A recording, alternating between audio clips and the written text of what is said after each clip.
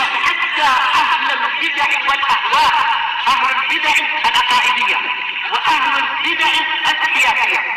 أنا أقول بيننا وبينكم السلف، بيننا وبينكم الكتب، كان فيقول البدع بيننا وبينكم.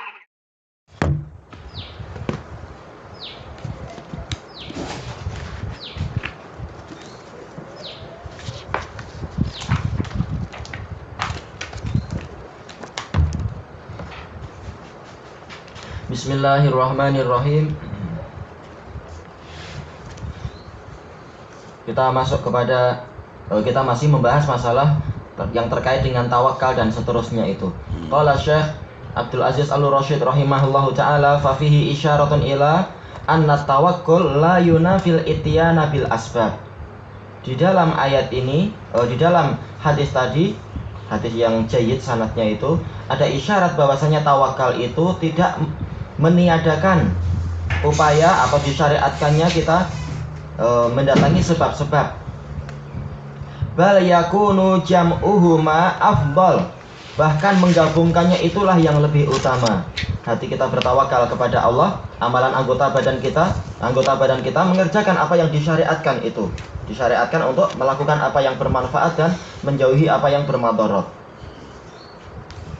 Kama ruwiya anna Umar laqiya unasan min ahlil Yaman. Sebagaimana diriwayatkan bahwasanya Umar berjumpa dengan sekelompok orang dari ahlul Yaman. Faqal, kemudian Umar bertanya, man antum, siapa kalian? Faqalu nahnul mutawakkilun, kami adalah orang-orang yang bertawakal. Qal bal antum mutaakkilun, bahkan kalian adalah orang-orang yang suka makan saja. Yaitu apa? Mereka datang ke Mekah dan ke Madinah tanpa membawa bekal. Terus kemudian di sana mereka meminta-minta, alasannya kami tawakal. Kalau tawakal ngapain minta-minta ke orang? Itu sama aja dengan usaha juga itu, usaha tapi yang diharamkan. Maka berarti sebenarnya mereka hanya mencari makanan, tetapi apa? Dengan tidak mau bersusah payah. Orang lain yang kerja, mereka yang minta. Nah, ini tidak layak amalan semacam ini.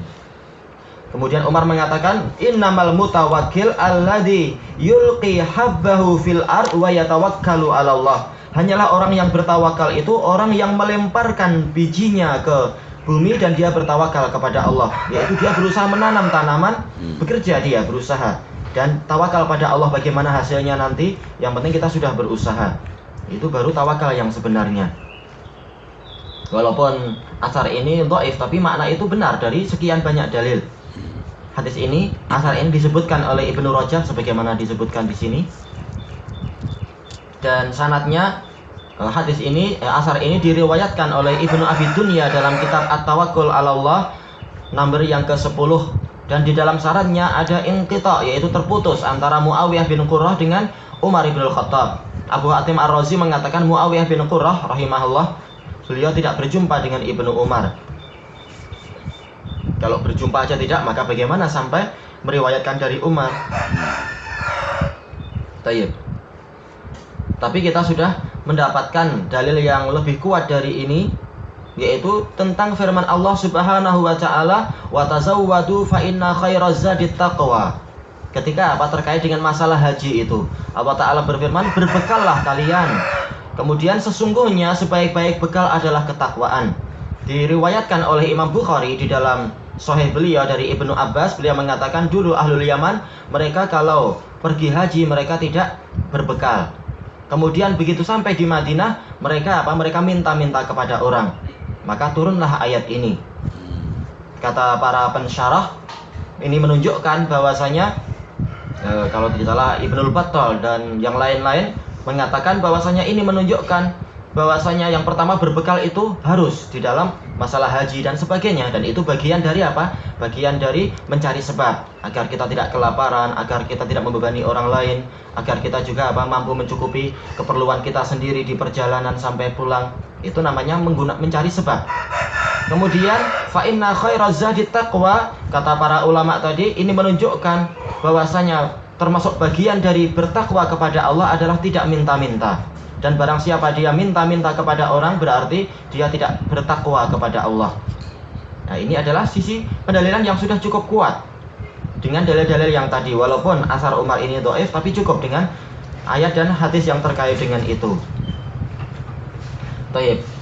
Qala Ibnul Qayyim rahimahullah fil Madarij, dalam Madarijus Salikin yang kedua muka surat 116, ajma'al qaumu ala anna tawakkul la yunafil qiyama bil asbab. Bahwasanya para ulama telah bersepakat bahwasanya tawakal itu tidak meniadakan upaya untuk mengambil sebab-sebab. Fala yasihu tawakkulu illa ma'al qiyami biha. Maka tawakal itu tidak sah kecuali kita juga menyertainya dengan berusaha mengambil sesuatu, mengambil sebab. Wa illa fahuwa bitalah wa tawakkulun fasid. Kalau tidak demikian, sekedar bertawakal tetapi tidak mau berupaya untuk mencari rizki sendiri dan sebagainya, maka itu adalah bitalah, yaitu pengangguran. Pengangguran itu apa ya? Tidak kerja, sama sekali duduk aja diam. Nah, itu namanya bitalah. Dan itu adalah tawakul yang fasid, tawakal yang rusak. Qala Sahal bin Abdillah At-Tustari rahimahullah, man ta'ana fil harakah faqad ta'ana fis sunnah. Barang siapa mencela gerakan, maka dia telah mencela sunnah. Maksudnya adalah karena sunnah mengajarkan untuk apa? Kita berusaha bertebaran di muka bumi untuk mencari rizki. Sunnah ini lebih umum, yaitu apa? Mencakup Al-Quran dan hadis. Karena dalam Al-Quran banyak ayat-ayat yang bicara masalah bekerja. Wamshu fi manakibiha wa kulu min rizqih wa idza qudiyatis sholatu fangtashiru wa idza qudiyatis sholatu fangtashiru fil ardi wa bataghu min fadlillah. Menunjukkan apa? Bahwasanya bekerja itu memang disyariatkan. Maka barang siapa mencela upaya untuk bekerja, maka orang ini berarti telah mencela sunnah Nabi SAW. Ini lebih umum daripada hadis Al-Quran wa sunnah.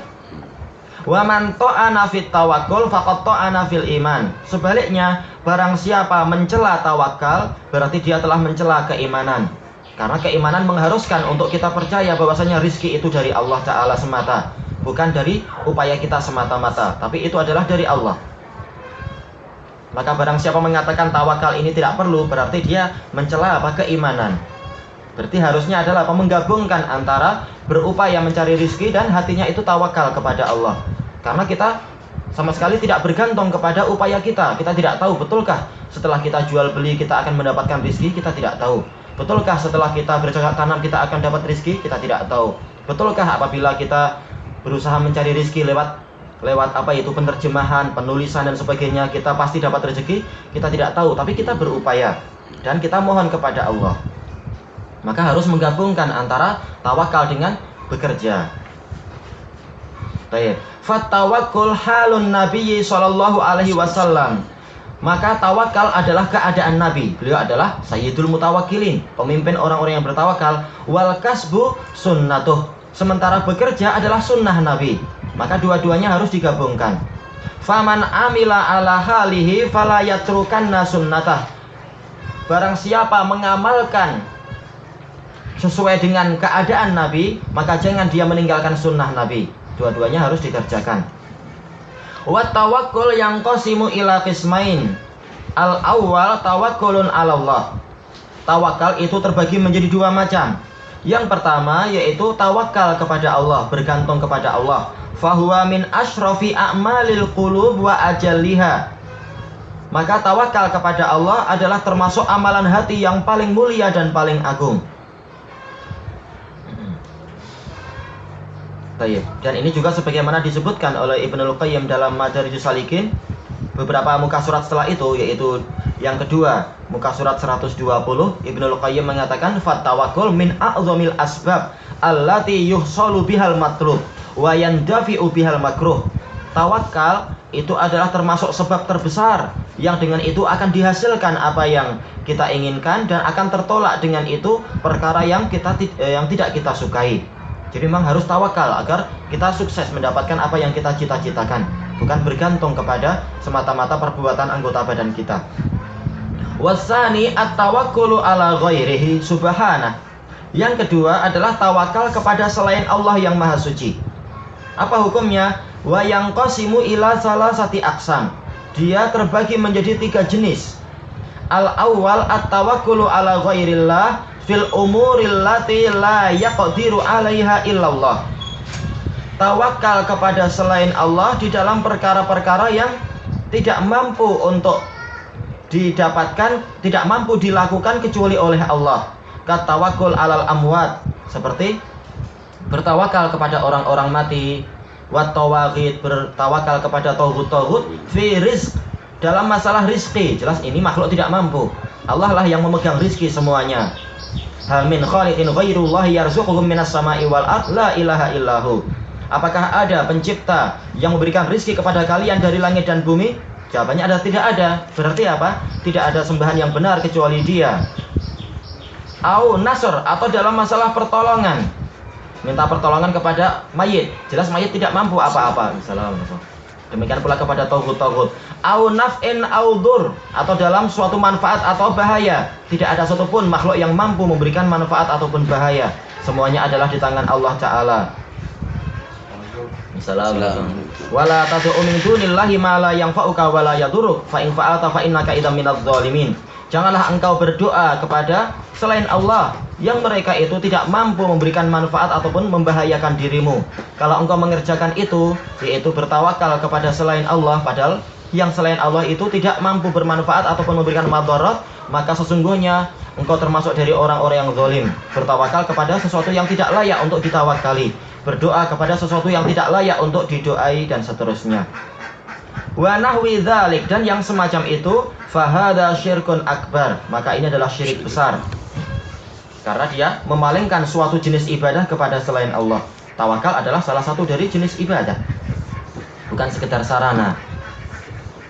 Tayyib. Asani, jenis yang kedua dari tawakal, tawakal yang tipe kedua, at-tawakkul fil asbabil zahirah. Dia bersandar kepada sebab-sebab yang nampak. Kaman yatawakkalu ala amir au sultan, seperti orang yang bergantung kepada seorang pemimpin atau seorang penguasa. Fima aqdarahullahu alaih, di dalam perkara yang Allah memberikan kemampuan kepada dia memang. Min rizq, yaitu rizki. Memang dia orang kaya, dia penguasa, mampu memberikan tunjangan gaji, mampu memberikan brim dan lain-lain. Au daf'i adza, atau menghilangkan gangguan, karena dia punya tentara. Tentara secara umum mampu apa? Mampu memberikan bantuan kepada rakyat dan sebagainya.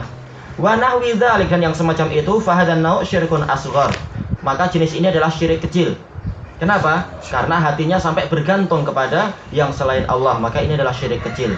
Bergantung kepada sesuatu yang ada dia kemampuan, tetapi dia bukan Rabbul Alamin, maka tetap dia adalah apa? Makhluk. Tidak boleh kita bergantung kepada makhluk. Maka ini adalah syirik kecil. Kenapa? Karena ini adalah diketahui dia memang ada sebab, tapi barang siapa bergantung kepada sebab, maka dia adalah apa? Masuk kepada syirik kecil, dan boleh naik kepada syirik besar, tergantung kadarnya.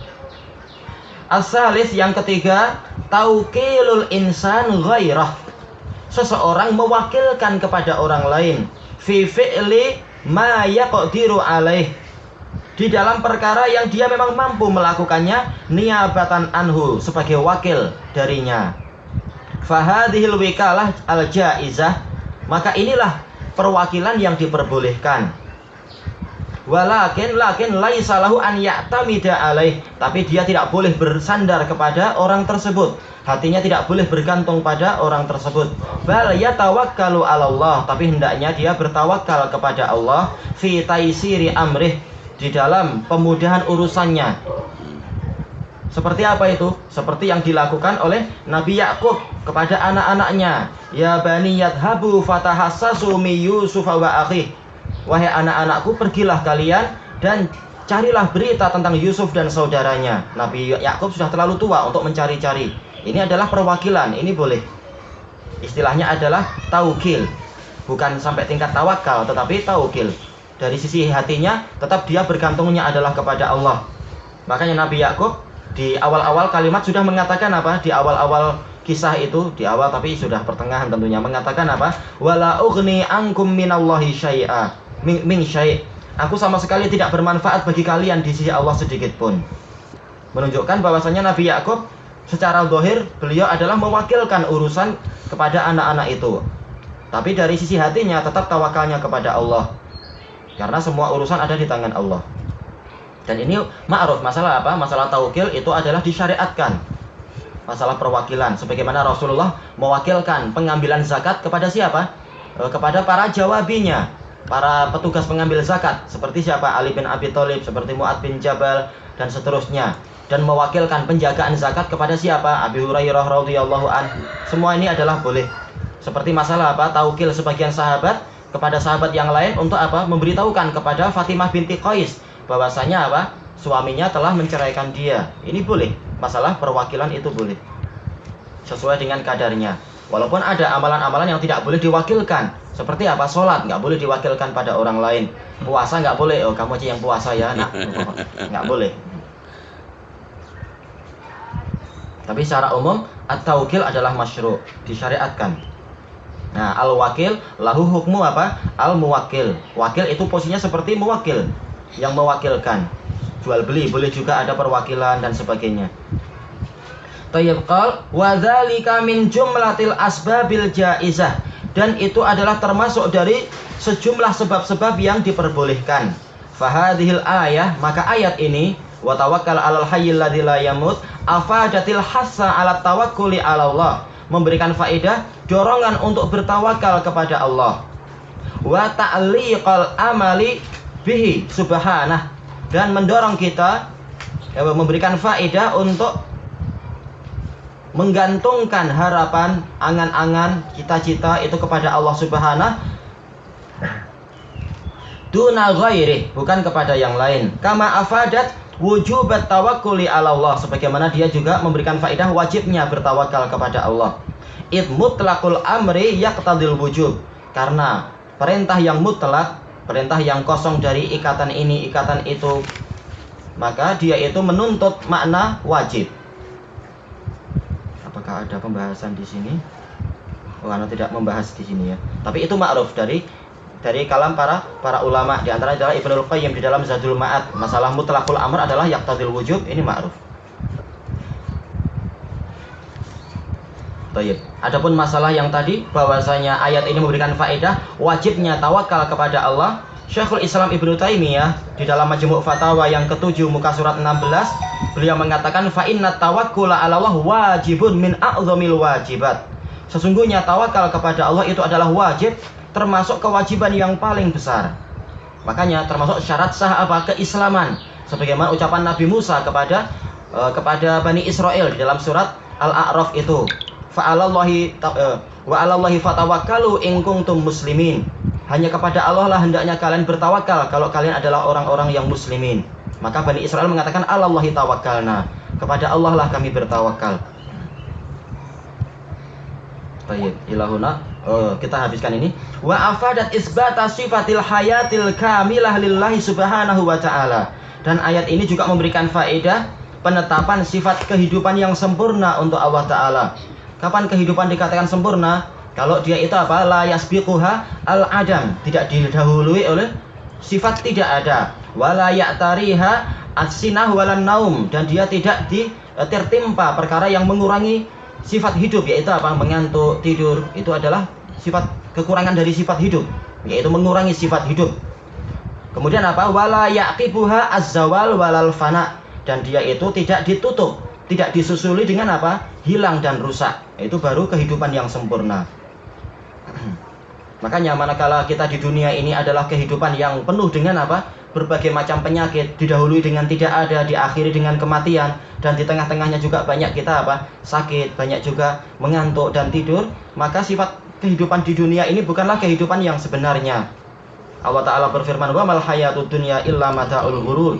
Tidaklah kehidupan dunia itu kecuali kesenangan yang menipu saja. Sementara untuk akhirat Allah Ta'ala mengatakan apa? Walal akhiratu lahiyal hayawan laukanu ya'lamun. Dan akhirat itulah kehidupan yang sebenarnya, seandainya mereka itu mengetahui. Kita rujuk sekejap lafaz ayatnya, jangan sampai terlupakan.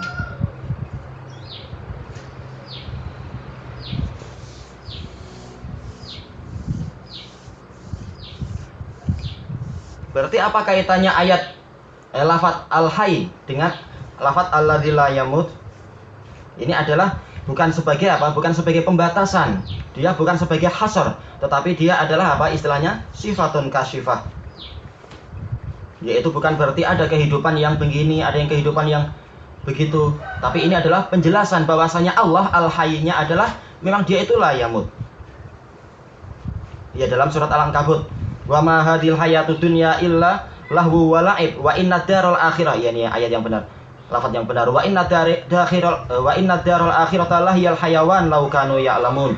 Dan tidaklah kehidupan dunia itu kecuali permainan dan kesia-siaan saja. Kesia-siaan dan permainan. Dan sesungguhnya negeri akhirat itulah kehidupan yang sebenarnya seandainya mereka tahu. Lafaz law kanu ya'lamun dijelaskan oleh para mufassirun. Maksudnya adalah di sini ada jawab lau yang terhapus, yang tersembunyi, yaitu seandainya mereka tahu, niscaya mereka tidak mencurahkan konsentrasi mereka kepada dunia dan melalaikan akhirat. Tayyib, ilahuna wallahu ta'ala a'lam.